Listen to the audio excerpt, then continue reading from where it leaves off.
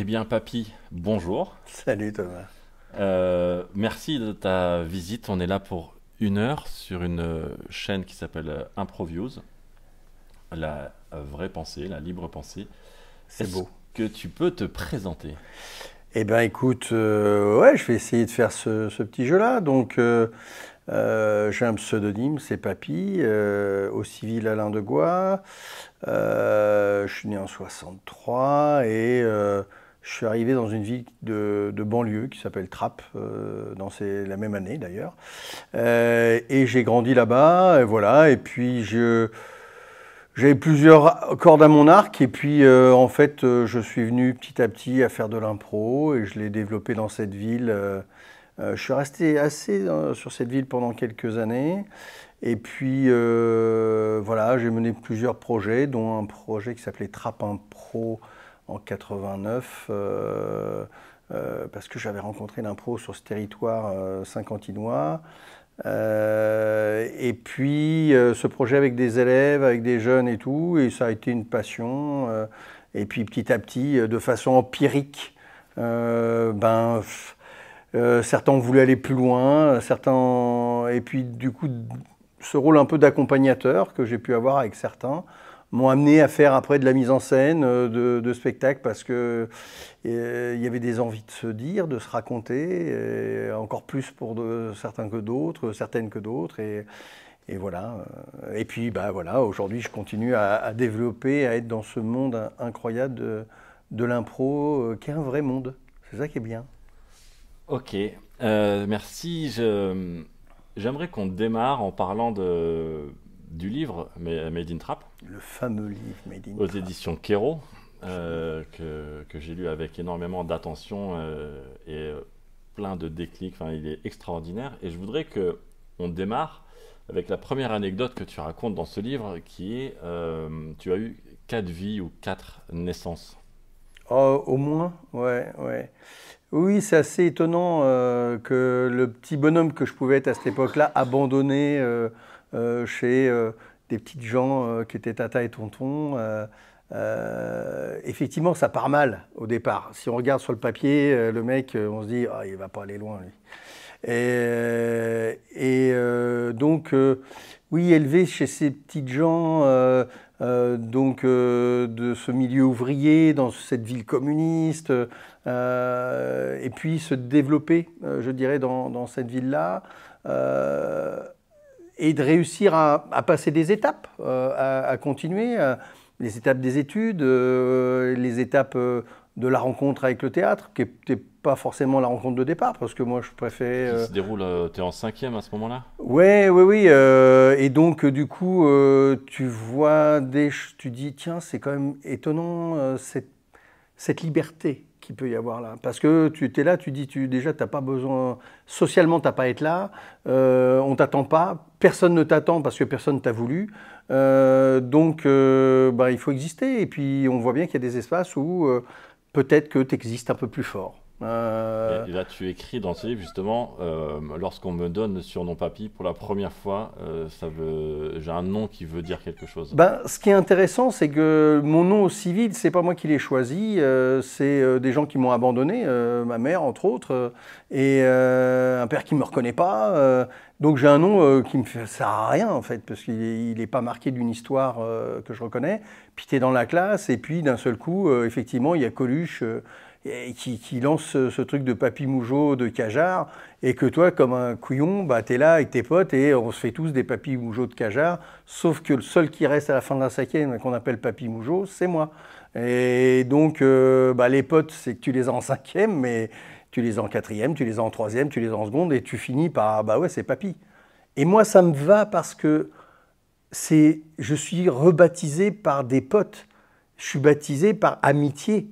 J'ai pas été baptisé par amour, on va dire, au départ. Et là, tu es baptisé par amitié, par cette forme de reconnaissance des copains. Et puis, tu existes plus fort que celui qui s'appelle Tartampion du cheval. Excusez-moi les gars, hein, vous avez tous des noms et des prénoms charmants, et je voudrais pas vous mettre en mal avec ça. Et tu deviens papy. Et donc, tu deviens un peu exceptionnel ou un peu différent. Et la culture de la différence, la culture de ce point de détail, de ce point-là qui fait que... Et puis après, en progressant, bah, papy, ça devient une marque, ça devient un truc qui me dépasse moi-même. Le bonhomme que je suis, ben, et puis l'histoire fait que bah, tu te crées dans un monde qui est en train de se développer, donc tu deviens un... Et puis c'est facile à dire, papy, ça se reconnaît, on en a tous des papys. Donc il y a plein d'interférences qui fait qu'un jour tu te retrouves devant un aréopage de gens, préfets, des maires, et tout ça, puis arrive ton tour et quelqu'un te présente comme papy. Et là tu te dis, waouh, la force que j'ai, parce que c'est pas moi le citoyen, c'est papy qui va parler. Et moi qui étais un timide invétéré, bah, du coup je peux prendre la parole en tant que papy. Et donc je peux la prendre et du coup ça me donne une... Comme le bouffon, j'ai l'impression d'être ce bouffon du roi qui, d'un seul coup, lui, peut se permettre de dire les choses parce qu'il est bouffon. Il n'est pas... donc voilà. Donc merci Coluche. Hein, mec, tu savais pas ce que ça allait faire, moi non plus. Mais ça m'a bien servi en tous les cas. Et ces mots-clés résonnent, cette notion de relation, cette notion d'amitié. On la revoit un petit peu tout au long du parcours. Où, ensuite, tu es éducateur. Alors à un moment donné, je fais des études d'éducateur, effectivement, parce que, encore une fois, je pense que je dois régler un truc avec la société. J'ai eu la chance, moi, de tomber sur Tata et Tonton qui m'ont, en dehors des lois, et puis toujours ce côté d'être dans une frange qui n'est pas vraiment légale. Je suis un peu le hors la loi, hors système. Ils n'auraient pas le droit, mais l'assistance sociale ferme les yeux. C'est ces petites gens qui ne pourraient pas m'adopter parce qu'ils sont trop âgés. On est 10 à la maison, alors ça ne se fait pas. Moi, je suis en permanence là parce que je suis abandonné là. À l'école, bah, tout le monde ferme un peu les yeux sur Tata, Tonton. Ouais, bah, c'est mes référents, mais c'est pas très légal tout ça. Et quel espace est formidable cet espace de cet endroit où on n'est pas vraiment reconnu. Tiens, c'est bizarre parce que l'impro n'est pas vraiment reconnue non plus. Elle est aussi dans cette marge-là. Donc moi, bah ouais, je suis un poisson dans l'eau à la marge. Là où il se passe des choses peut-être intéressantes, où il émerge aussi des choses. Et puis, bah ouais, il va émerger des Jamel, il va émerger aussi plein de choses dans cette marge-là. Donc oui, ça fait partie intrinsèquement de mon histoire, d'être sur les frontières. À la frontière, pas du réel, mais de l'irréel peut-être, mais à la frontière du légal, du pas légal, à la frontière du reconnu, pas reconnu. En fait, cette frontière est assez large. Voilà. Et c'est un des moteurs, je pense aussi, au-delà de ma vie, parce que je pense que dans notre pratique à nous, on est dans cette discipline qui est hybride, qui est un peu à la marge de c'est de la culture, c'est pas de la culture. Je suis éducateur, on me renvoie des fois que je suis éducateur, des fois je suis un super metteur en scène, puis des fois je suis un comédien,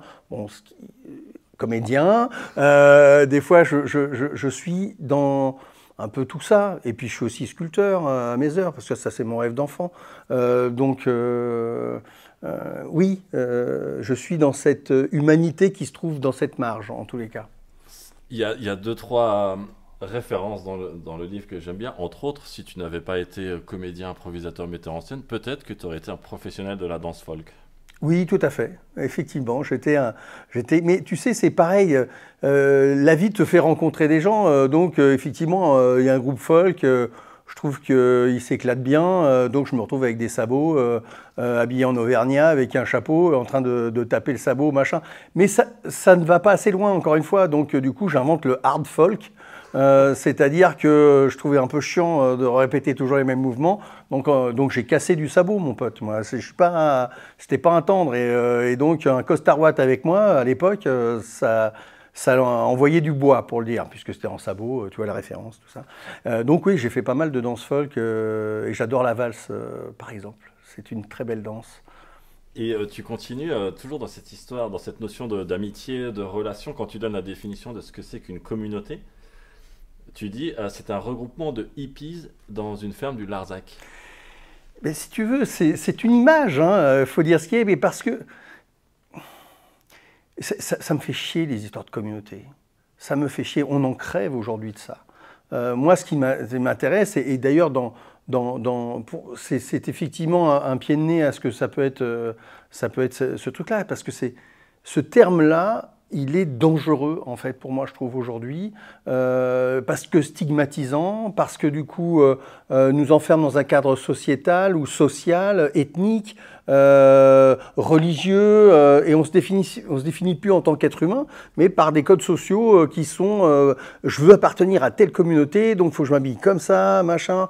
Moi, je fais du hard folk, mec, je suis hyper dangereux. Mais c'est encore une fois, c'est très important. Et du coup, ça m'a intéressé parce que je me suis dit, mais qu'est-ce que je fais, moi, dans mon boulot, en fait? Je travaille pas sur les différences. J'en ai rien à foutre des différences. Ce qui m'intéresse, c'est qu'est-ce qu'il y a de commun. Et c'est quoi, encore une fois, cette marge qu'il y a de commun?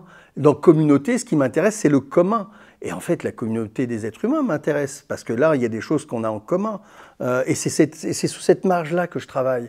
Et c'est pas les différences.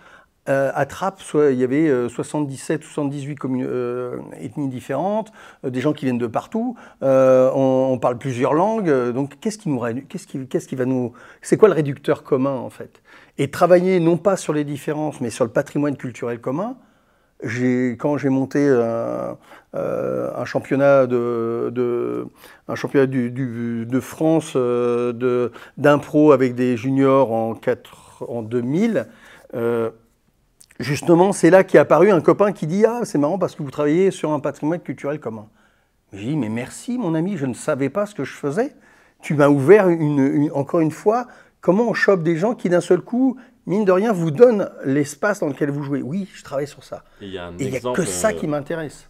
Que je voudrais que tu développes. À un moment donné, tu racontes que tu gères des cas et qu'il y a un cas parmi les cas qui est particulièrement ingérable et tu lui donnes une responsabilité d'assistant arbitre. Je vois ce que tu veux dire. Effectivement, c'est encore une fois, quand tu pars du principe que dire, bon ok, là on est être humain, ce môme est ingérable, tout le monde en a peur, c'est vraiment un dur de chez les durs, et que moi je dis, ok mec, tu veux jouer les durs, bah justement j'ai un rôle qui correspond à ça, je suis l'arbitre, tu vas être assistant arbitre derrière.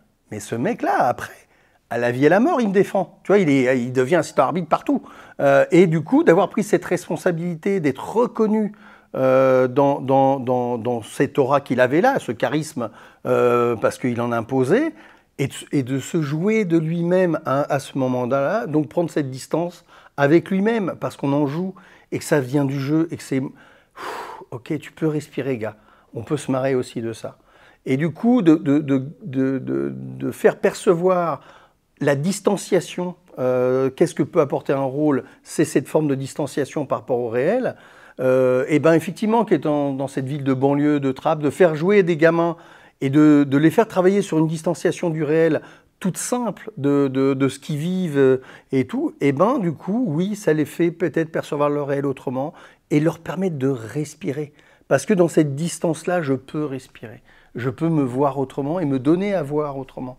Et je trouve ultra touchant, c'est l'exemple de cette personne qui était plutôt négative entre guillemets avant et ensuite si tu racontes qui devient presque le garde du corps du professeur de français. Ah mais c'était incroyable.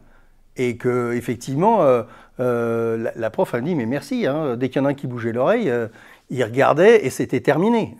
Tu vois, c'était parce que il avait compris ce que ça lui avait apporté à lui, là d'un seul coup, de se retrouver dans ce rôle-là et de positiver ce rôle-là. Et en plus, tu lui fais jouer la loi. C'est-à-dire que ce gars-là, qui est quand même un peu à la marge de la loi, de lui faire prendre le rôle de la loi dans cet espace de jeu, fait que oui, tiens, je fais respecter la règle.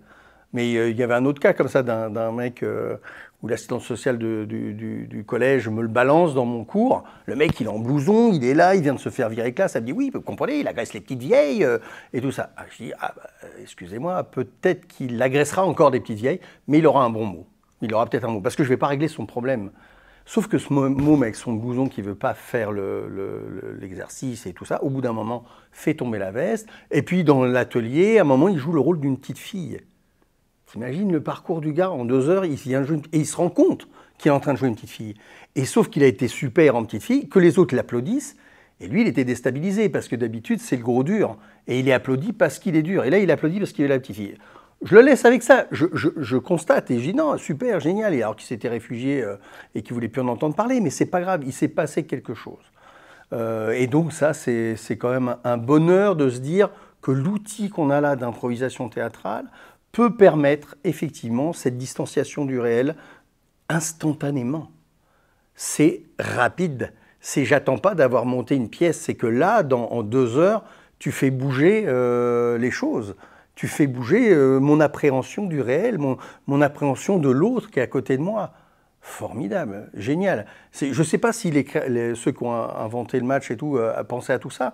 D'ailleurs, j'ai eu une fois un beau retour d'une comédienne qui avait connu effectivement une Québécoise et qui me dit « Mais Yvon Ponton, il ne savait pas, quand tu me parles de l'arbitre, il ne savait pas qu'il avait inventé tout ça. » Parce que, effectivement, après, moi, dans mon truc empirique, il a fallu que je comprenne comment ça marche pour pouvoir mieux l'expliquer ou mieux le partager. Parce que ça fait partie aussi intrinsèque de notre discipline, le partage. Donc, mais pour partager, il faut comprendre comment ça marche. Donc, je me suis habitué à essayer de comprendre comment ça marchait. Je n'ai pas dit que je comprenais tout, hein, mais... Oui, parce que je me souviens qu'après, les profs disent à chaque fois qu'il y avait un cas particulier, on va le donner à papy, il va le résoudre. Et à un moment donné, tu es submergé de demandes. Et tu as également un parcours sur lequel tu es intervenu en prison sur des jeunes. Alors, c'était effectivement la prison, mais aussi l'éducation surveillée et tout ça. Dans ce boulot, quand je faisais ce boulot parallèle d'éducateur, parce qu'à chaque fois, j'arrivais avec mes valises d'improvisateur, machin, on disait « Ah, j'ai un petit... alors, j'ai quelque chose pour vous, j'ai un petit exercice, j'ai des petits exercices, je peux faire ça. » Et là encore, c'est là où je me suis aperçu de la puissance de l'outil. De la puissance de l'outil sur cette...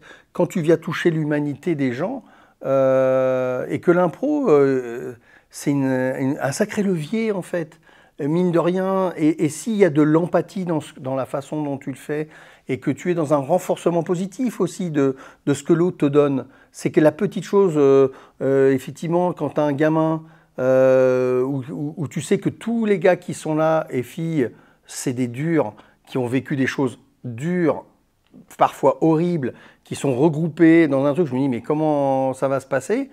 Et qu'au bout de quelques exercices, tu t'aperçois qu'il y en a un qui a un peu le rejeté, machin, mais que tu lui as dit attendez, on va l'écouter, et que ce gars-là développe un univers poétique incroyable, et que toutes ces autres grandes gueules se posent, et du coup l'écoutent. C'est la première fois de sa vie que ce mec est écouté. Tu vois, et donc d'avoir cette première écoute-là, le mec... alors après, il y a des choses fabuleuses. Hein. Lui, il perdait ses cheveux. Je suis content parce qu'au bout de quelques ateliers, ce mec-là, il avait des cheveux qui repoussaient. Je ne veux pas dire que c'est ce que tous les coiffeurs doivent faire de l'impro aux gens qui ont des problèmes capillaires. Mais quand même, on voit bien la puissance de l'outil à mon service. Concrètement, 2 choses bénéfiques qu'amène l'impro. Je crois que c'est tout d'abord cette conscientisation du potentiel humain qu'on a. Et que du coup, on n'utilise pas grand-chose au quotidien. Avec retrouver donc la potentialité, je dirais. Travailler sur la potentialité. C'est vraiment une histoire de posture, plus que d'être comédien et autres. C'est vraiment une posture de se dire, ok, mon potentiel humain, je vais le mettre et je vais découvrir un truc incroyable. C'est que dans cette humanité que je transporte, mais c'est sans fin, en fait. Et je peux aller faire plus parce que je vais chanter, je vais mimer, j'ai une énergie qui fait que je vais être un comédien engagé. Et donc, du coup, c'est prendre conscience de cette incroyable humanité qu'on est tous porteurs de ça. Et je pense que c'est la première chose. Prise de conscience du potentiel. Alors après, il y a toute la bataille égotique qui fait que c'est compliqué. Ça peut être compliqué d'ouvrir tant de portes et tout, ça peut faire peur, il peut se passer plein de choses autour de ça. Et après, c'est la rencontre de l'autre. Et puis d'un seul coup, c'est construire une histoire avec l'autre. L'acte de créer, est-ce que vous avez déjà vu une réunion de fourmis et avec une fourmi qui dit les gars, je vais vous raconter des histoires, on va se faire un truc? Non, les fourmis, elles bossent, elles vont chercher à bouffer. T'as déjà vu des... Non, la seule différence avec les animaux, pour moi, c'est ça. On est capable quand même de se réunir pour se fendre la gueule ou pour faire rire des gens qui vont payer de l'illusion, ils vont payer du vide, du pas concret, de l'irréel. Formidable. Et donc après tu dis, putain, mais on est ces bestioles-là, quoi. On se réunit pour se fendre la gueule. La connerie, si t'as pas la connerie, t'es mort. Tu n'es plus un être humain. Et là, on voit bien, il y a des hommes politiques, il y a des trucs. Ils ont oublié d'être des cons. Ils sont vraiment des connards, mais ils ont oublié d'être des cons au niveau de la connerie, du truc. Ok, dérape un peu. Laisse-toi aller. Détends-toi. On a plein de gens, on a envie de dire, allez, on se détend. Et n'oublie pas que tu as ça, en fait. Ce partage-là avec l'autre, il est déterminant. Et de créer avec l'autre, qui est un humain comme moi, d'où qu'il vienne, quel qu'il soit, je veux dire qu'il soit homme, femme, et c'est pas qu'il soit de n'importe où sur cette planète, et ben dans ce là on est dans une urgence parce que l'impro c'est aussi se mettre dans cet état d'urgence vis-à-vis d'un public. Et donc dans cet état d'urgence, qu'est-ce que j'ai en commun avec toi qui va me permettre de créer quelque chose qui est une illusion que je vais donner à voir à un public qui va dire je m'y attendais pas. Franchement, je m'y attendais pas. Alors là, vous m'avez cueilli sur place parce que c'est formidable. Le retour de ça, la première fois que tu te fais applaudir, un truc que tu donnes et on t'applaudit. Mais c'est quoi ça? Pour le petit exemple, parce qu'on aime bien avoir des petits exemples, une jeune femme qui faisait un atelier de 6 mois de remise des gens qui étaient vraiment en perdition sociale, qui étaient là, et donc un truc de remobilisation, longue durée. Arrive le moment du spectacle avec ces gens-là. Une jeune femme dit non, moi je n'y vais pas, hyper violente, non, je le ferai pas, je n'irai pas sur scène, hors de question et tout. Ah merde, je dis bon, c'est pas grave, tant pis pour toi. C'était trop violent. Non, j'ai pas besoin de ça. Tu vois, les gens qui se reconstruisaient un petit peu, et elle était prête à tout s'aborder, tout ça. Et elle vient quand même, elle se pointe le jour du spectacle, elle vient, elle joue. Fin du spectacle, elle a été super. Elle est applaudie. Et elle vient me voir, elle me dit, tu sais, papy, c'est la première fois de ma vie que je donne quelque chose et que je ne me prends pas des coups en retour. Elle a été applaudie. Et ce moment-là, tu dis, ouais, ok, je sais pourquoi je fais ce boulot. Et elle n'a jamais oublié, je l'ai revue il n'y a pas longtemps, et ça je te dis, il y a 25 ans, je l'ai revue il y a longtemps, la nana, elle a retrouvé un boulot, elle est là, elle a vécu d'autres trucs durs, mais elle sait qu'elle peut donner et recevoir autre chose que des coups ou de la violence en retour.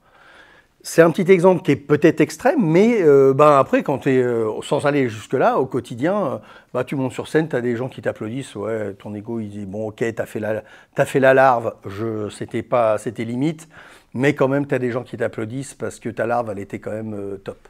Je rebondis sur une phrase que tu as écrite qui dit « Quand tu sens dans le regard de l'autre que tu as de l'importance, tu n'as plus envie de faire de conneries. » Ouais, et ça, tu vois, c'est Jamel Debbouze qui me dit, tu sais, papy, ce que tu m'as le plus apporté, en fait, c'est ce mec qui était en face de moi qui avait de la considération pour moi. Le terme de considération, c'est-à-dire qu'effectivement, en face de lui, il y avait un mec qui dit, non, mais ce que tu dis, ça m'intéresse. Bah vas-y, viens, on creuse, on va plus loin, raconte-moi encore.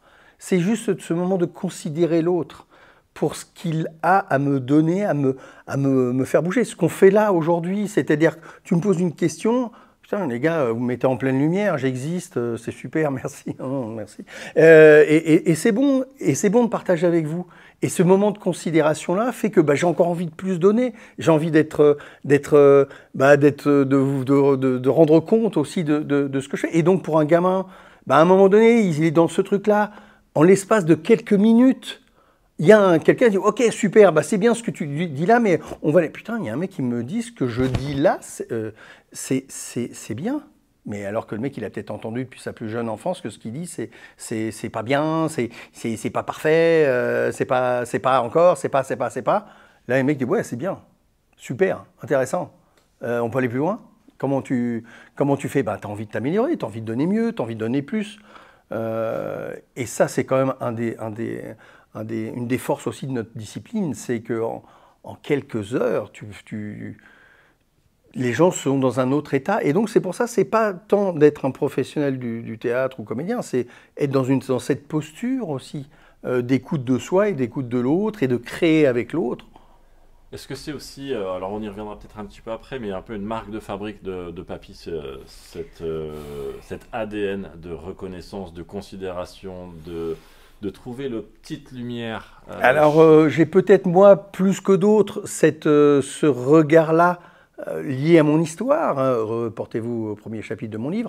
Non, mais peut-être que, oui, effectivement, je suis plus sensible, moi, à dire, mais là, il y a quelque chose que je n'avais pas encore entendu. Écoutons, et taisons-nous et écoutons ça.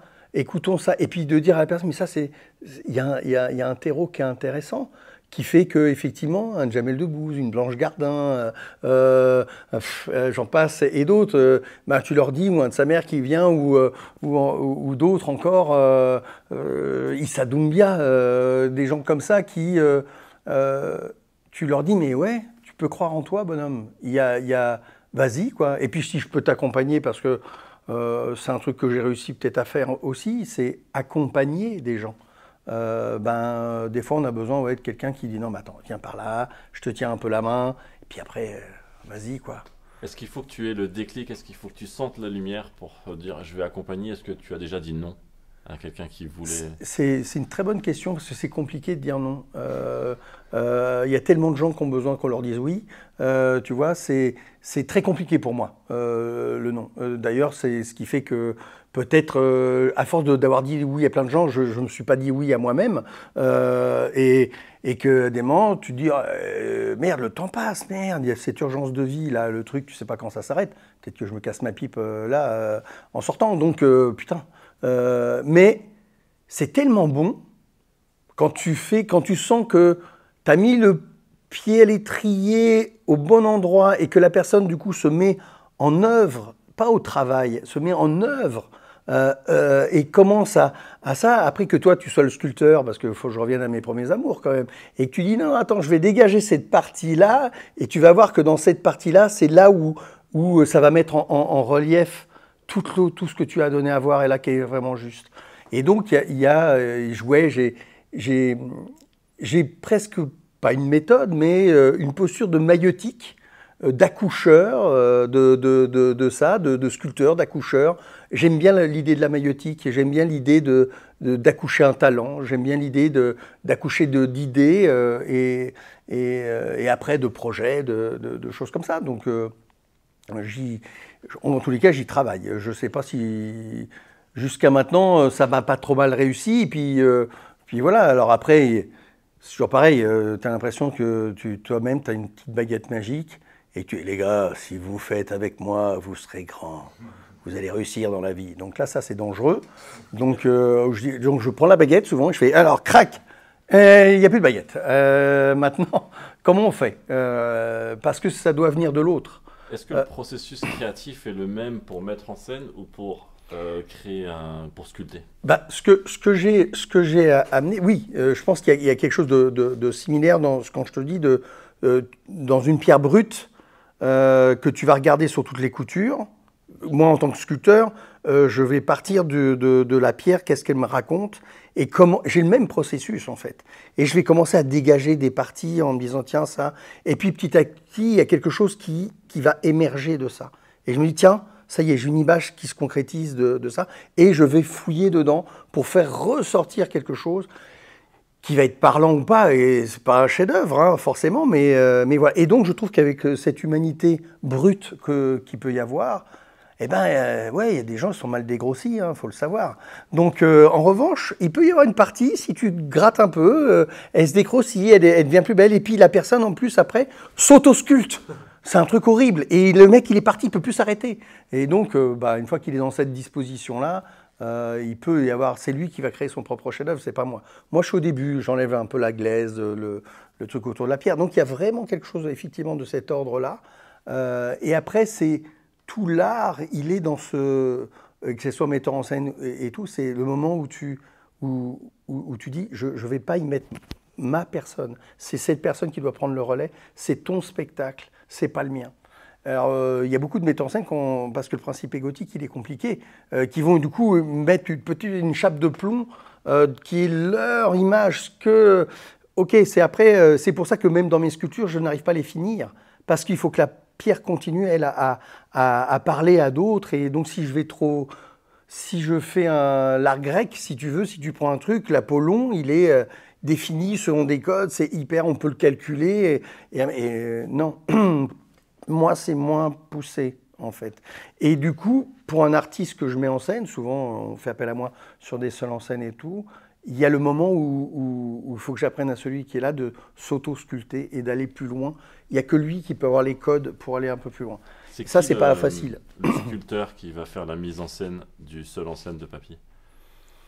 Je sais pas parce que ça me fait vraiment. C'est un truc que en fait, je sais pas faire moi. J'ai trop la trouille et en revanche, jouer avec l'autre, improviser avec l'autre, ça. Je peux pas, moi, je me construis dans le partage. Je me construis pas seul. Mon ego n'est pas prêt à ça, en fait. Je vais peut-être faire un solo dans une impro à un moment donné, tu vois, en me disant, allez, je me fais peur quelques minutes, mais il faut qu'il y ait les potes. Je reviens à la connerie. Il faut à un moment donné, moi, que je puisse partager ça et qu'à la fin, on se dit, ouais, on va refaire l'impro, puis on aurait dû faire ça. C'est ce moment-là, il est chouette aussi. Hein. Il y a le moment où on joue au public et qui est sympa. Puis il y a le moment avec les potes en disant, mais pourquoi tu as été faire ce truc à ce moment-là? C'est quoi? Qu'est-ce qui s'est passé? Je ne sais pas. Mais c'était drôle. Ou ça m'a ému, ça m'a touché. J'ai besoin, moi, de ça. Je ne me suis pas fait tout seul. C'est grâce aux gens autour de moi que déjà j'ai réussi à vivre, à survivre et à vivre correctement aujourd'hui. Donc, si tu me mets sur une île déserte, mais qu'est-ce que je vais m'emmerder, moi, hein. Je vais faire de l'impro Pierre. Je suis capable peut-être de trouver une solution, mais non, moi j'ai besoin de la communauté des gens. Tu dis, je suis lucide, l'improvisation ne va pas sauver le monde. Du coup, tu sais que j'ai un doute. J'ai un doute. Du coup, ma question, c'est... Du coup, j'ai un doute. Je pense qu'elle peut sauver le monde, en fait. Au fond de moi... C'est ma question. C'est quoi le combat de Papy aujourd'hui, social, politique, les convictions, les envies qu'il y a derrière? Je vais revenir au truc de base, c'est-à-dire travaillons sur le patrimoine culturel commun, développons ça au mieux, à quels que soient les outils autour. On a une improvisation théâtrale. Aujourd'hui, j'ai développé le match d'improvisation théâtrale sous beaucoup de formes, avec des jeunes dans les quartiers, de valoriser ça. Et puis depuis quelques années, je travaille sur le match d'improvisation littéraire, parce que je me suis dit... on reste quand même l'examen écrit, l'écriture. L'écriture a encore beaucoup sa place et qu'elle se passe sur son iPhone ou qu'elle se passe... il faut travailler autour de ça. Donc j'ai inventé le chaos des mots, le match d'impro littéraire, que je développe aujourd'hui pour... Et pareil, en quelques heures, tu reconnectes des gamins avec l'écrit, avec le plaisir de jouter. Et aussi avec cette dimension de la joute que j'aime beaucoup, moi, je suis attaché au match d'impro, je suis attaché à la joute dans ce qu'elle nous bouscule, là où elle va, la place où elle met le public. Je crois que l'improvisation théâtrale, dans toutes les formes qui sont aujourd'hui là, la place du public, elle est intégrée au spectacle. Et donc, on va le bouger, ce public, on va essayer de tester des choses, on va le mettre ailleurs que dans ce rapport frontal. On va être dessus, on va être dessous, on va le mettre sur le côté, on va l'embrasser, on va le prendre avec nous, on va l'emmener dans notre truc, on le bouscule. C'est aussi ce qui est intéressant, je trouve, dans cette improvisation-là, et que...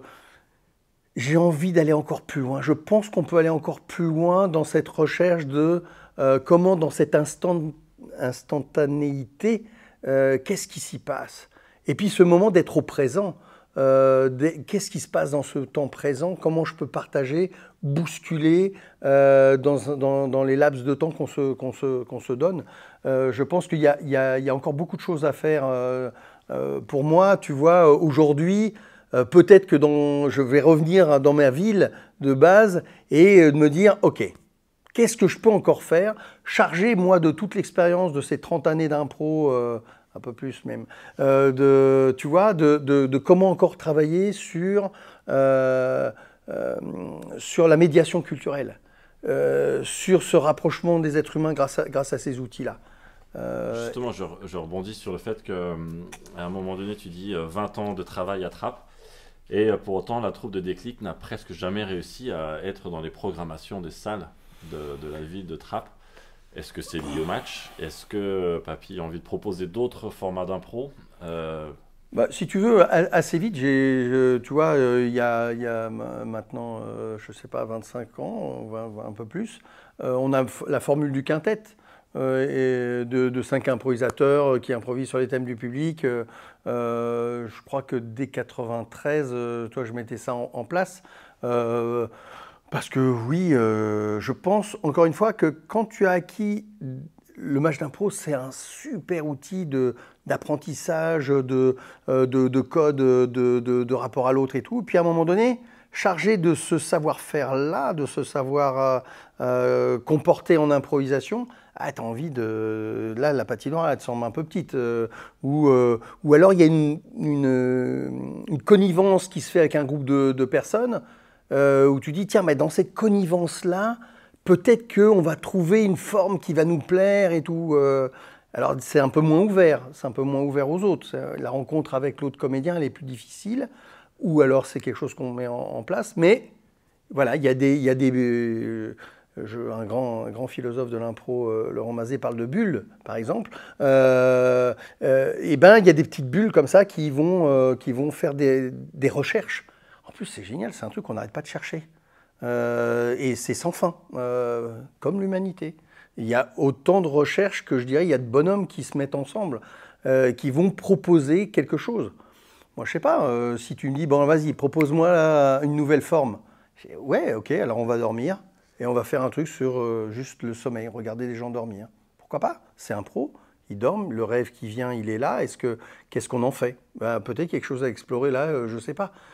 On peut inventer une forme tout de suite, on se met ensemble, puis on va tester. Et l'avantage, c'est que là, en impro, il y a des gens qui sont fous furieux, qui ouvrent leur salle et qui vont dire, ok les gars, venez chez moi, testez, vous avez 1 heure, et puis testez-moi quelque chose. Si le public, s'il se passe quelque chose, s'il y a du sens, et s'il y a un peu de sens dans ce que tu fais, qu'il y a un discours, il y a un propos, c'est possible. Tout est possible. Tout est possible. Le moment du réveil, la personne qui va se réveiller à ce moment-là, qui va découvrir le public qu'elle n'a pas vu rentrer au moment où elle s'est endormie, c'est intéressant ce moment-là, qu'est-ce qui va se passer? Mais voilà, peut-être, tu vois, il y a des choses, moi ce que j'adore, c'est que c'est sans fin, ça ne s'arrêtera pas, ça va nous dépasser, il va y avoir des choses de recherche qui sont succulentes, et on voit en plus l'internationalisation de ça. C'est-à-dire qu'aujourd'hui, oui, les festivals internationaux se décuplent, parce que, encore, on travaille sur cette humanité, et qu'on voit bien que là-dedans, on a des choses à jouer ensemble. À jouer. Jouons. Envoyons pas des bons, mais des clowns dans les pays où ça merde. Et des clowns, on dit, ah bon, mon gars, c'est peut-être ton dernier jour, mais sois drôle, mets-toi un nez. On jette, je sais pas, 10 000 clowns sur les champs de bataille, et puis on verra ce qui reste. Mais peut-être que ça fera marrer les mecs et qu'ils éviteront de se tirer dessus. Enfin bon, c'est nul, hein, mais faut essayer. Bon, après, il faut trouver les clowns volontaires. Ça, c'est encore une autre histoire. J'aimerais qu'on revienne sur en gros les 30 ans, ta vision sur l'évolution des 30 années passées de l'impro, où on en est aujourd'hui, vers quoi on va demain, avec peut-être un petit retour d'expérience sur le trophée Culture et Diversité. Alors c'est vrai qu'aujourd'hui je suis directeur artistique du trophée Culture et Diversité, encore une fois c'est parti de quoi? C'est-à-dire que je rencontre avec Jamel, je passe chez lui, on discute, il me dit ouais, tu te rends compte papy, j'ai la chance de te rencontrer, regarde où ça m'a amené. Imagine si dans tous les collèges de France et de Navarre il y avait de l'impro. Je dis ah bah ouais, ça serait top. T'as de la thune parce que c'est pas le tout. Et donc est venue cette idée de créer ce que j'ai pu faire au niveau de Trappes. Comment on le modélise et que ça devienne quelque chose de plus important. Donc trouver, je dis, bah, faut que tu trouves quelqu'un qui a un support financier important. Donc il dit, attends, il décroche son téléphone. Ça, c'est l'avantage quand tu es arrivé à ce niveau-là, c'est que tu peux décrocher ton téléphone avec des gens qui ont des moyens. Et donc la Fondation Culture et Diversité, mise en place par Marc Ladré-La Charrière. Et donc du coup, tu as un mec qui est dans les, allez, on va dire les 15-20 plus grandes fortunes de France, qui vient voir à Trappes ce qui s'y passe, parce qu'il y a son pote Jamel Debbouze qui dit mais viens, il y a un truc qui est super, qui est celui-là. Et si on imaginait quelque chose, et là tu as des mecs qui sont structurés, qui ont fait des empires financiers, oui ok, ben on va faire. Et donc tu te retrouves à mettre en place quelque chose, tu pars à 4 villes, aujourd'hui il y a 16 villes, on va le régionaliser, et donc on devait fêter les 10 ans cette année, de ça 10 ans où il y a plus de 1000 gamins sur tout le territoire qui font de l'impro, qui font des rencontres, qui font des matchs, qui y a un trophée qui est là-dessus, mais quel bonheur! Tout ça parce qu'avec Jamel, on s'est dit, tiens, si on pouvait le faire, et on ne demande qu'à le développer encore. Donc, et du coup, sur 10 ans, quel est le retour d'expérience? Est-ce que chaque collège est arrivé au niveau de maturité qu'avait le collège de Trappes, par exemple? Alors, effectivement, Trappes avait quelques petites longueurs d'avance, donc on gagnait les premiers, sauf qu'aujourd'hui, effectivement, tu as une qualité aussi des intervenants, de cette réflexion, de l'accompagnement qu'on peut faire, parce que j'ai mis en place des formations de formateurs aussi, c'est comment, moi, un peu l'esprit, quand tu parlais de méthode de papy derrière, comment ça se traduit aujourd'hui, comment moi aussi je suis dans le partage de ça, pour dire voilà comment ça marche. Donc aujourd'hui, il y a des gens effectivement qui mettent en place des outils qui font que il n'y a plus de différence entre les gamins de Trappes, des gamins de Lille, de Lyon, de Rennes ou Brest qui vont se retrouver dans la patoche. Parce que voilà, on a aussi partagé cet état d'esprit et cette façon de faire. Papy, découvreur de talent, est-ce que parmi justement ces collégiens, lycéens, etc., il y a des pépites qu'on va découvrir plus tard? Tu le sais bien, oui, il y a des pépites. Bien entendu, autour de nous, ce que j'ai pu faire à Trappes, dans une ville de 27 000 habitants, un peu plus de 30 000 aujourd'hui, mais autant de personnes, ce qui fait que l'éditeur dont tu parles, il est venu voir, il dit mais qu'est-ce qui s'est passé dans cette ville pour que c'est quoi le dénominateur commun? Alors forcément, il est tombé sur ma pomme. Il dit mais là vous êtes qui? C'est quoi ce truc? Comment vous faites? Donc t'imagines sur une ville de 100 000 habitants, que ça soit ou 200 000, ou tu vas à Lyon, à Marseille, c'est pas possible qu'il n'y ait pas des pépites, qu'il n'y ait pas des gamins ou des gamines qui ont des choses à nous raconter étonnantes, ou qui vont nous raconter la même. Tout le monde dit oui, mais comment se renouveler? J'ai dit mais il ne s'agit pas de se renouveler. Les mecs qui chantent des chansons d'amour depuis la nuit des temps, ils chantent que des chansons d'amour et on dit ah putain c'est génial, un nouveau génie de la chanson. Ben non, il nous dit toujours hey, « je t'aime ». Et donc, sauf qu'il le dit à sa façon, avec ses tripes, avec peut-être une intention, une tonalité que je ne connaissais pas, qui va me toucher ailleurs. Et ben voilà, quand les gamins, c'est pareil. T'as la gamine qui va sortir et qui a un truc à nous dire. Il y a une urgence à dire. J'ai une urgence à vous raconter ce que j'ai dans les tripes, là. C'est cette urgence-là qui fait qu'une Blanche Gardin, quand elle vient me voir, Blanche, elle avait un truc à dire. Mais elle ne savait pas comment, pas où, et puis c'était, je lui dis, oula, on va le faire, et du coup, quand elle nous dit ces trucs avec son verbe, avec ça, elle ne nous raconte pas, sauf qu'elle vient nous le dire à sa façon, avec son urgence de vie à elle. Et donc c'est cette urgence-là, et puis qu'est-ce qu'on fait en impro? On travaille toujours dans l'urgence. Donc c'est cette urgence-là qui est intéressante, qui fait que je vais peut-être me dépasser et raconter autrement à l'autre quelque chose qu'il connaît.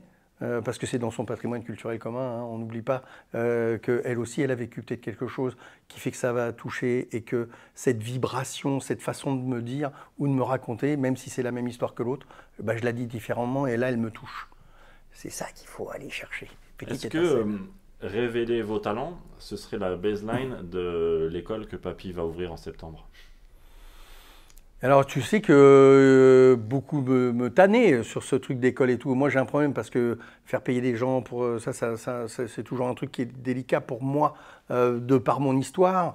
J'ai un petit côté comme ça, mais oui la papinière c'est un truc qui me... je me dis il y a un truc à inventer pour faire juste... passer une façon de faire accoucher tout ça et c'est pas dit que j'y vienne pas, je résiste encore parce qu'il faudrait qu'on puisse y venir d'une certaine façon, que ça puisse pas coûter trop cher aux gens, que ça soit pas fermé, tu vois, donc c'est peut-être une papinière, il y a peut-être pas de lieu, il y a peut-être encore des choses à inventer, à cet endroit-là, ouais, dans le partage. Mais on va trouver. Il faut rester. Il suffit de trouver un financeur. Ouais, un financeur ou y a un copain qui m'avait dit qu'il fallait que je sois déclaré d'utilité publique, donc je sais pas, tu vois, y a peut-être des choses encore à inventer dans ces espaces-là, à créer. Moi, je voulais inventer les brigades d'investigation culturelle, parce que j'estimais que peut-être à l'époque 195 où on voulait mettre des CRS dans les collèges et tout. Oh là là, quel bordel. J'ai dit, mais envoyez pas des CRS, envoyez des clowns. Envoyez encore, déjà, ça me travaillait. Puis faites de l'investigation. C'est-à-dire que n'envoyez pas des clowns n'importe comment. C'est comment. Puis on va peut-être construire avec les gens qui sont là. Et puis peut-être que au fur et à mesure, eh ben, on va créer une dynamique culturelle locale qui est intéressante parce qu'on a fait de l'investigation qui a dit que la réponse culturelle la plus juste, c'est celle-là. Et peut-être que c'est un musicien, peut-être que c'est basé sur ça. Et donc, je voulais créer une agence d'investigation culturelle, l'AIC, et non pas la CIA. Hein, et donc, vous avez une problématique ? Mais bien entendu, il faut faire une réponse culturelle et non pas une réponse sécuritaire ou financière. Il y a peut-être une réponse culturelle à faire. Et des fois, quand je sens ou quand j'entends pas les ministères de la Culture, c'est qu'on a la chance d'être dans un pays éminemment culturel. Elle est à tous les coins de rue, la culture. Que ce soit dans ses monuments, dans sa musique, dans ses danses. C'est incroyable ce pays, il est étonnant de ça. On nous l'envie ailleurs. Et on n'a pas de réponse sociétale aux problématiques de société d'aujourd'hui qui ne soient pas culturelles. Personne n'est capable de faire ça. Moi je dis oui, moi je suis capable de vous faire des propositions, des réponses à vos problématiques sociétales qui seront culturelles. Peut-être que ça va vous coûter un peu de sous au départ. Mais putain, mais le bénéfice, les profits symboliques gratos que je vous fais, c'est incroyable. Tu vois, c'était marrant. On prend Jamel Debbouze, par exemple, qui est quand même quelqu'un qui aura été pour moi le comédien du 21e siècle. Parce qu'on est au 21e siècle, tout le monde a l'air de l'oublier. Le 20e, c'est derrière, on est en train de construire le 21e. Ce gars-là, quand même, à un moment donné, j'ai été voir Canal, en disant, dis donc, Canal, vous avez gagné beaucoup d'argent avec... Jamel Debbouze, comment on fait un retour sur investissement? Comment, comme dans le foot, où quand on achète un joueur, ça revient jusqu'à l'école de foot du club de foot local. Ben moi, je pensais que Déclic, c'était le club de foot local, de la culture, et qu'il fallait peut-être qu'il y ait des dividendes qui reviennent jusque-là. Ça ne marche pas encore. C'est pas encore au point, mais peut-être qu'il y a une prise de conscience que peut-être notre culture, c'est la richesse aussi de notre pays, qui n'a pas de pétrole, mais qui a de la culture. Et je crois vraiment, là encore une fois, dans l'ambiance dans laquelle on est aujourd'hui, faire comprendre à des gens qui ont de l'argent que peut-être, en misant sur de la culture, on va faire émerger des talents, des personnes incroyables. Et ce n'est pas que des talents, c'est aussi, moi, dans les milliers de gamins que, dans ces 30 dernières années, j'ai vécu, c'est une fois, je vais à Montreuil, je pousse la porte de la pharmacie parce que je tousse. Le pharmacien me dit, mais papy, on se connaît hein, pardon, je ne vous connais pas. Il dit, si, j'ai fait de l'impro avec toi à Trappes, et puis d'ailleurs, je vais te dire merci, parce que ça dans mes examens, j'étais plus à l'aise, et regarde, aujourd'hui, je suis pharmacien. Donc, c'est pas forcément que des Jamel Debbouze, c'est aussi peut-être le pharmacien du coin. Dans Improvios, on aime bien avoir des secrets, des scoops. Dans la papinière, en dehors de la formation théorique qu'on a dans toutes les écoles d'impro en France, il y a 3 tips, trucs et astuces. De papy, c'est quoi? Ah, papy, c'est quoi? Non, mais c'est de l'écoute. C'est avant tout une écoute. Quand je te disais, je l'ai dit à un moment donné, c'est le renforcement positif. Qu'est-ce que dans ce qu'on te donne, et des fois il y a un fatras qui n'est pas du théâtre, qui n'est pas encore... Mais c'est quelque chose. Et dans ce quelque chose, essaie de dire, tiens, je vais renforcer ce point-là. Comment, dans la personne qui vous donne, si toi tu es à la regarder en fait, je vais dire, tiens, mais là il y a quelque chose qu'il faut étirer, il y a quelque chose qu'il faut creuser. Eh bien, c'est ça. Moi, je dirais d'avoir cette écoute-là, qui est une écoute effectivement empathique de ce qui est donné à voir, de ne pas dire simplement c'est de la merde, t'aurais dû faire ça, t'aurais dû faire ça, non, dire, tiens, à un moment donné, Tu as eu 2 secondes de théâtre étonnantes. Et ces 2 secondes-là, c'était chouette. Eh bien, de donner ce truc renforcement positif sur un point fait que la personne dit « Ah tiens, j'ai quelque chose en moi de positif. » Ben, peut-être que je vais creuser ça. Et puis la personne, elle va développer peut-être quelque chose, une particularité, un savoir-faire et tout. Voilà, on voilà une. Une deuxième, ça serait aussi de ne pas dire il faut se réinventer tout le temps. Non, laissez le temps aux gens de se réinventer parce que égotiquement, c'est compliqué ce qu'on en demande. Donc, du coup, si quelqu'un fait bien le petit garçon ou la petite fille ou il fait bien les grands-mères, eh ben, tiens, vas-y, on va mettre vas-y, fais ta grand-mère qui débarque. Eh ben, va plus loin, rassurons la personne dans sa capacité à nous donner à voir des personnages. Eh ben, peut-être qu'elle a 2-3 personnages qui sont les personnages phares. Parce que quand tu vas voir un seul en scène, le mec, t'es content de dire « Ah bah tiens, il fait le personnage de Papy Mougeot, par exemple, ou tel personnage. » On est content. Pourquoi en impro, on ne serait pas content de revoir un même personnage qui va nous raconter une autre histoire? C'est aussi ça. Donc, ne pas hésiter à dire « Oui, déjà vu. » Non, attendez, on l'a peut-être déjà vu, mais il a peut-être autre chose à nous raconter, ce personnage. Encore une fois, ne soyons pas... Et n'hésitons pas aussi à... Alors, un troisième truc, puisqu'il en fera un troisième, mon truc, c'est aussi peut-être ne pas laisser les gens s'enferrer dans une impro pendant 2 plombes. Peut-être qu'au bout de 10 secondes, on arrête. Parce qu'il y a eu le moment, l'étincelle, elle était là, dans ces 10 premières secondes. Et qu'après, tu sentais que c'était terminé. Ça ne servait à rien, en fait. Donc, gardons les moments précieux de dons que les gens font aux autres. Et peut-être qu'ici, il faut... Ah non, mais on a dit que c'était une impro de 3 minutes. Qu'on est en travail, non. C'est pas une impro de 3 minutes. C'est un cadre qu'on s'est donné, mais peut-être qu'il fallait que c'était à 1 minute 30 qu'il y avait le point d'orgue et qu'après ça descendait. On dit, OK, est-ce qu'on a tous ressenti le point d'orgue à ce moment-là? Est-ce qu'on a tous senti qu'on était dans cette construction positive? Moi, je suis dans le renforcement positif. Après, des fois, si c'est complètement waouh, incompréhensible, on dit waouh, c'était formidablement incompréhensible. Mais c'était formidable, même dans cette incompréhension-là. Du coup, j'avance sur tout ce parcours et cette expérience qui fait qu'à un moment donné, tu es amené. D'abord, tu as été décoré. Et ensuite, tu te rapproches entre guillemets des institutions, du ministère de la Culture, où j'ai l'image que la porte elle est fermée, tu passes par la fenêtre ou par la cheminée, etc. J'aimerais que tu nous partages un petit peu ce... C'est la méthode Droupy. C'est-à-dire qu'on te jette par la fenêtre, tu rentres par la cheminée, on te jette de la cheminée, tu rentres par le trou de la souris, mais tu lâches pas l'affaire. Parce que, en fait, si tu veux, moi, un truc qui est aussi, c'est être opiniâtre. J'ai rien inventé, je suis simplement, je me dis, mais là, il y a quelque chose de... C'est pas juste parce que c'est intéressant. Mon projet, le dernier projet, c'est un trophée KO Démo. Le ministre de la politique de la ville de ce moment-là me croise dans un truc, il était content de me citer. Alors c'était drôle, t'as un ministre qui est là qui fait « Ah, il y a Papy dans ça. Oui. » Alors donc, comme Papy a fait et tout ça, je dis « Ouais. » Et erreur.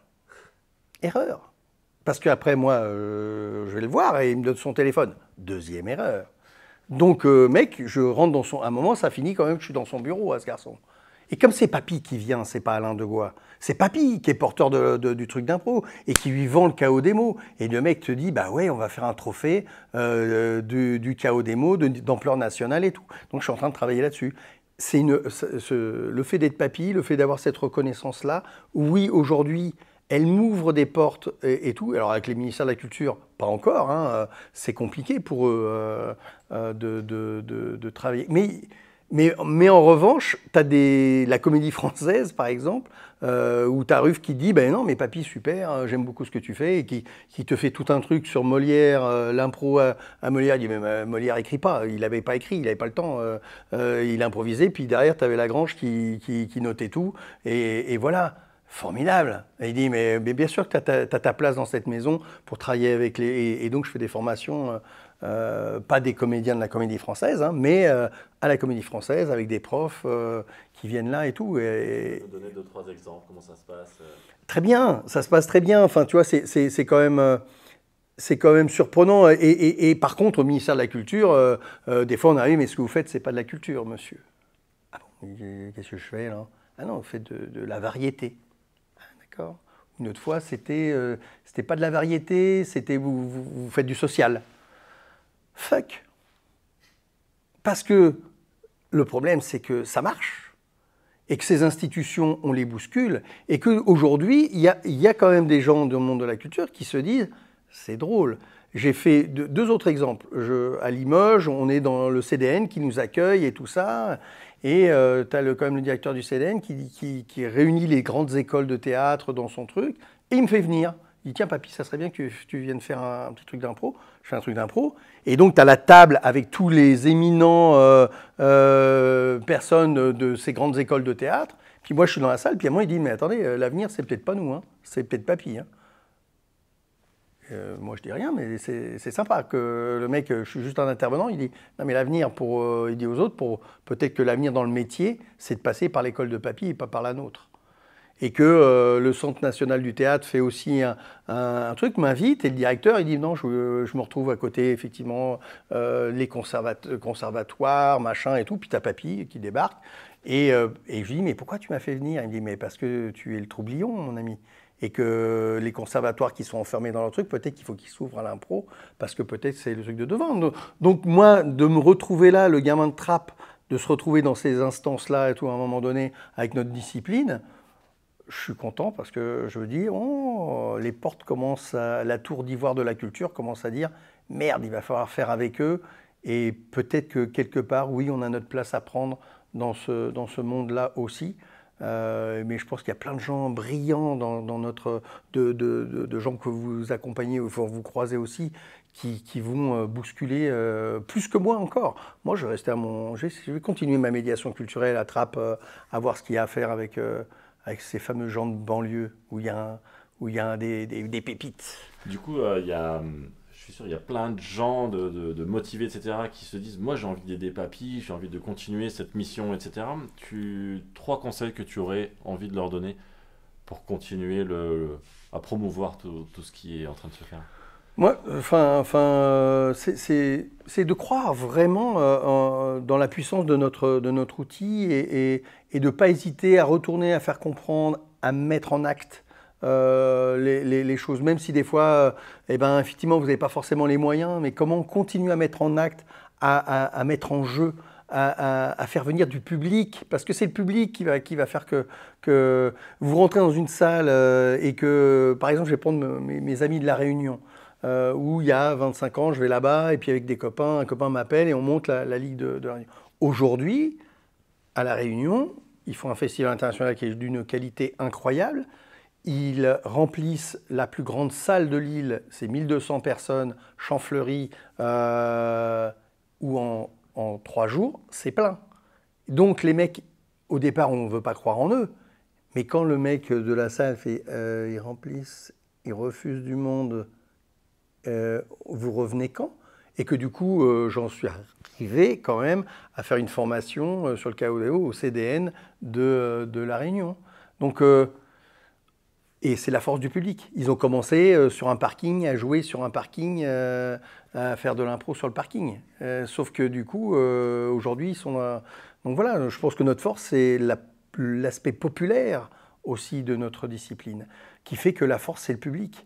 Et que là, les institutions, à un moment donné, qui ne savent plus faire, qui ont perdu le chemin, nous, on arrive, nous, en fait, c'est une autoroute qu'on a faite, là. Et puis, en fait, il va falloir compter avec nous. Donc ça, c'est plutôt rigolo. On approche de la fin, papy. Un échec que tu as envie de partager, sur lequel tu as rebondi? Un échec, il y en a tellement... un échec... c'est compliqué de parler d'échec. On a toujours du mal à parler d'échec parce qu'on s'en est toujours sorti. Donc est-ce que c'est vraiment des échecs? Je ne sais pas. J'ai envie de te parler de réussite et pas d'échec parce que c'est mon côté positif toujours. On pourrait dire que, par exemple, je suis parti de Déclic Théâtre, qui était la compagnie que j'ai créée en 92, et je crois que c'est ma plus belle réussite, c'est d'être parti en fait. Parce qu'aujourd'hui, cette compagnie, elle est encore plus forte. Parce qu'à un moment donné, quelqu'un m'a dit dans la compagnie, ouais, mais tu radotes. Et alors là, vexé comme un pou. Parce que là, le papy en question, il devenait vraiment le papy qui radote. Et quand on m'a dit ça, alors que je pensais quand même que j'étais encore assez jeune, je me suis dit, oh mec, ça pue. Tu vas devenir le vieux qui radote. Et là, je me suis vu plutôt dans la cheminée, tu sais, comme les vieux en Auvergne, on les foutait dans un coin de la cheminée et qu'on les oubliait là, pour pas qu'ils aient froid. Et moi, je dis, je vais devenir le vieux de déclic dans un coin du truc qui va, ah, bah alors, ah, bah oui, bah non, je suis pas d'accord, improvisation mixte, faites la mixte, c'est ce qu'il y a de plus beau, tu vois. Et le mec, non, mais c'est bon, tu nous l'as déjà dit. Donc là, j'ai fait, oulala, voilà les clés, réinventer la compagnie. Faites ça, c'est un super bébé qui marche et je vais essayer de me réinventer moi.